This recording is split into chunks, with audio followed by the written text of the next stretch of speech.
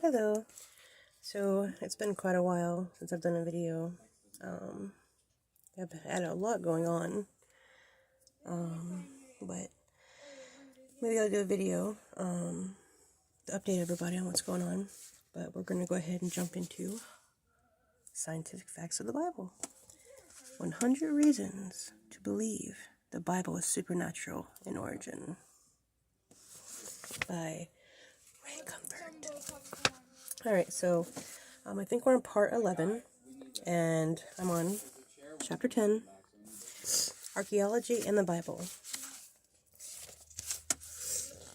Archaeology and History Attest to the Bible by Richard M. Fales, Ph.D. No other ancient book is questioned or maligned like the Bible. Critics looking for fly speck in the masterpiece allege that there was a long span between time the events in the New Testament occurred and when they were recorded. They claim another gap exists archaeologically between the earliest copies made and the autographs of the New Testament. In reality, the alleged spaces and so-called gaps exist only in the minds of the critics. Manuscript evidence. Aristotle's Ode to Poetics was written between 384 and 322 BC. The earliest copy of his work dates AD 1100, and there are only 49 extant manuscripts.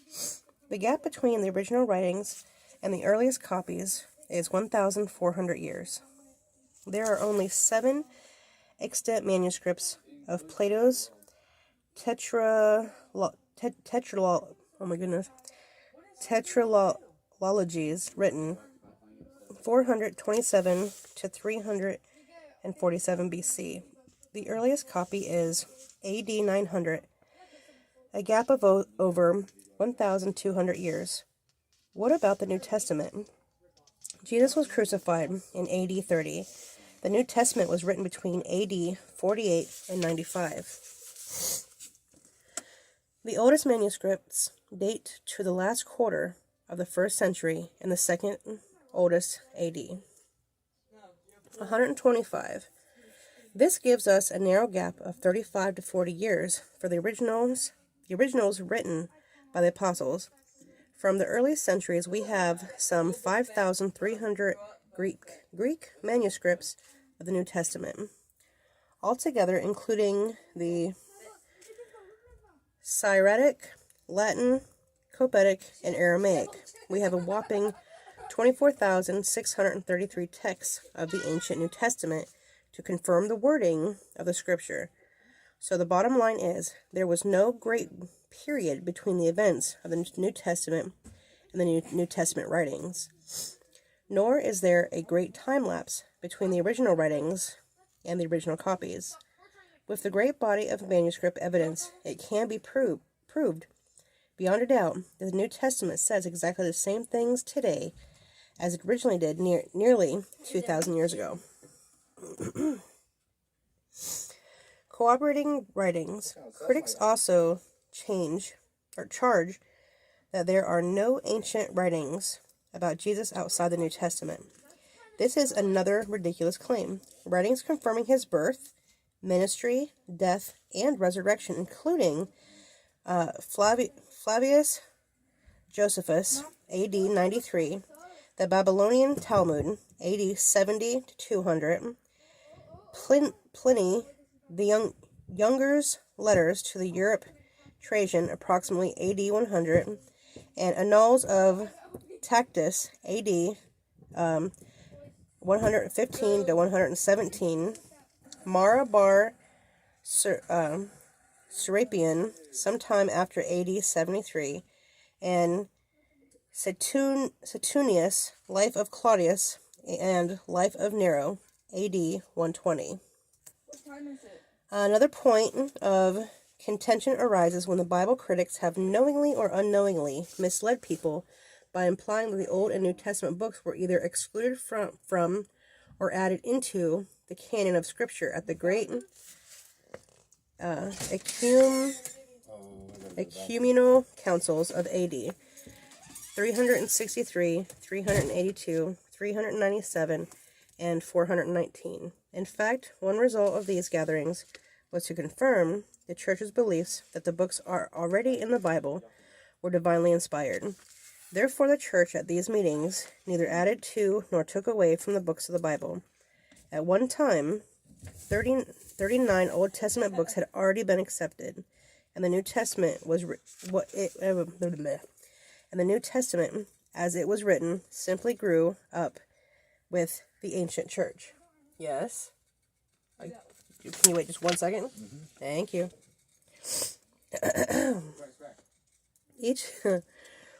Each document being accepted as it was penned in the first century was then passed on to Christians of the next century.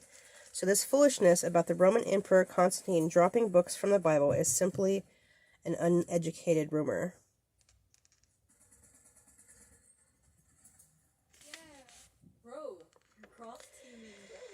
Modern archaeology confirms the Bible. In extraordinary ways, modern archaeology is affirming the historical core of the Old and New Testament, supporting key portions of crucial biblical stories. Jeffrey L. Shelter is the Bible's true reader. Is the Bible true? Reader's Digest, June 2000. The Dead Sea Scrolls bear out the Bible, by William F. Albright. The discovery of the Dead Sea Scrolls, DSS, at Qumran in 1949 had significant effects in corroborating evidence for the scriptures. The ancient texts found hidden in the posts and cliff-top caves by a monastic religious community confirms the reliability of the Old Testament text. These texts, which were copied and studied by the Essenes, include one complete Old Testament book, Isaiah, and thousands of fragments representing very Old Testament books, except Esther. The manuscripts date from the 3rd century BC into the 1st century AD, and gives the earliest window found so far into the text of the Old Testament books and their predictive prophecies. The Qumran texts have become an important witness for the divine origin of the Bible, providing further evidence against the criticism of such crucial books as Daniel and Isaiah. Dating the manuscripts. Carbon-14 dating is a reliable form of scientific dating when applied to uncontaminated material several thousand years old. Results indicated an age of 1917 years with a 200-year 10% variant. Paleography, ancient writing forms, and orthography, spelling, indicated that some manuscripts were inscribed before 100 BC. Albright set the date of the complete Isaiah scroll to around 100 BC. There can happily not be the slightest doubt in the world about the genius of the manuscripts. Archaeological dating. Collaborative evidence for an early date came from Archaeology. Potter accompanying the manuscripts was late Hellenistic c. 150 to 63 BC. The early Roman 63 BC to AD 100. Coins found in the monastery ruins prove by their inscriptions to have been minted between 135 BC and AD 135. The weave and patterns of the cloth supported an early date. There is no reasonable doubt that the Qumran manuscripts came from the century before Christ and the 1st century AD. Significance of dating. Previous to the DSS, Dead Sea Scrolls, The earliest known manuscript of the Old Testament was the Masoretic text AD 900, and two others dating about AD 1000, from which, for example, the King James Version of the Old Testament derived in translation. Perhaps most would have considered the Masoretic text as a very late text and therefore questioned the reliability of the Old Testament wholesale. The Dead Sea Scrolls eclipse these texts by 1,000 years and provided little reason to question their reliability, and further presents only confidence for the text. The beauty of the Dead Sea Scrolls lies in the close match they have with the Masoretic text. Demonstrable evidence of reliability and preservation of the authentic text through the centuries. So the discovery of the Dead Sea Scrolls provides evidence for the following: 1. Confirmation of the Hebrew text. 2. Support for the Masoretic text. And 3. Support for the Greek translation of the Hebrew text, the Septuagint. Since the New Testament often quotes from the Greek Old Testament, the Dead Sea Scrolls furnish the reader with further confidence for the Masoretic text in this area where it can be tested. Generated from the Norman Geisler Dead Sea Scrolls, Baker Encyclopedia of Christian Apologetics. Archaeological discoveries in the Bible. Archaeology has confirmed countless passages which have been rejected by critics as unhistorical or contradictory to known facts. Yet archaeological discoveries have shown that these critical changes are wrong and that the Bible is trustworthy in the very statements which have been set aside as untrustworthy. We do not know of any case where the Bible has been proved wrong. Dr. Joseph P. Free. Archaeology amazing findings. It may be stated categorically that no archaeological discovery has ever controverted a biblical reference. Scores of archaeological findings have been made which confirm in clear outline or exact detail historical statements in the Bible, and by the same token, proper evaluation of biblical descriptions have often led to amazing discoveries. From Dr. Nelson Gluick. Archaeological data corroborates the Bible. Following the 1993 discovery of Israel of a stone containing the inscriptions House of David and King of Israel, Time magazine stated, this writing dated to the 9th century BC. Only a century after David's reign described a victory by a neighboring king over the Israelites. The skeptics claim that David never existed is now hard to defend. Time, December 18, 1995. During the past 4 decades, spectacular discoveries have produced data corroborating the historical backdrop of the Gospels. In 1968, for example, the skeletal remains of a crucified man were found in a burial cave in northern Jerusalem. There was evidence that his wrists may have been pierced with nails, the knees had been doubled up and turned sideways with an iron nail still lodged in the heel bone of one foot, driven through the heels. The shin bone appeared to have been broken, perhaps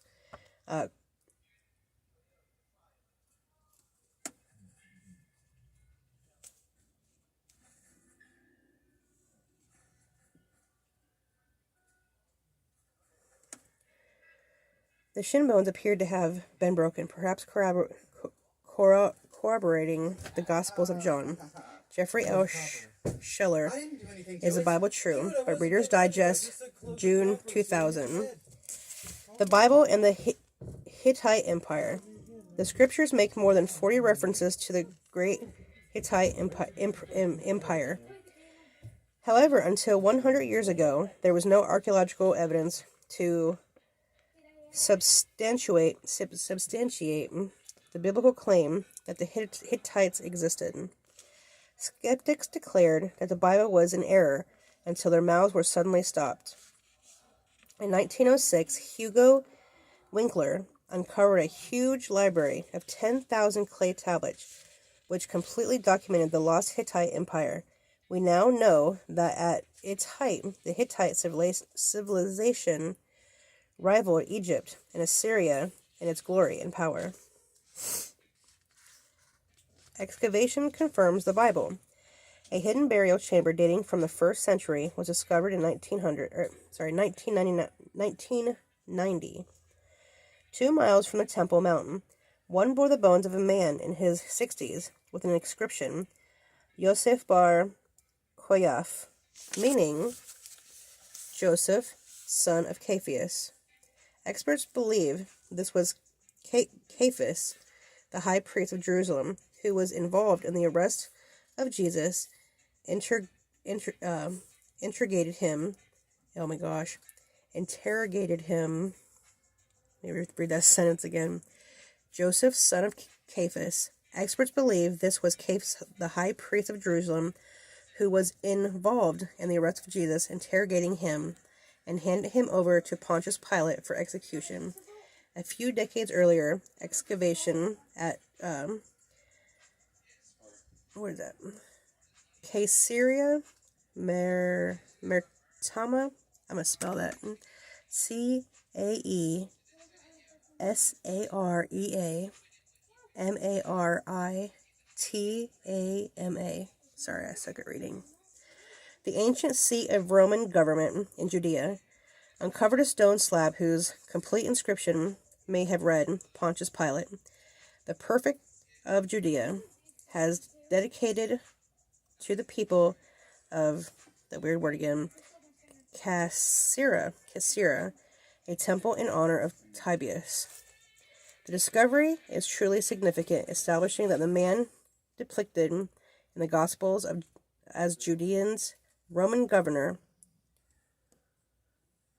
had the authority ascribed to him by the Gospels written. Jeffrey L. Schiller, Is the Bible True? Reader's Digest, June 2000.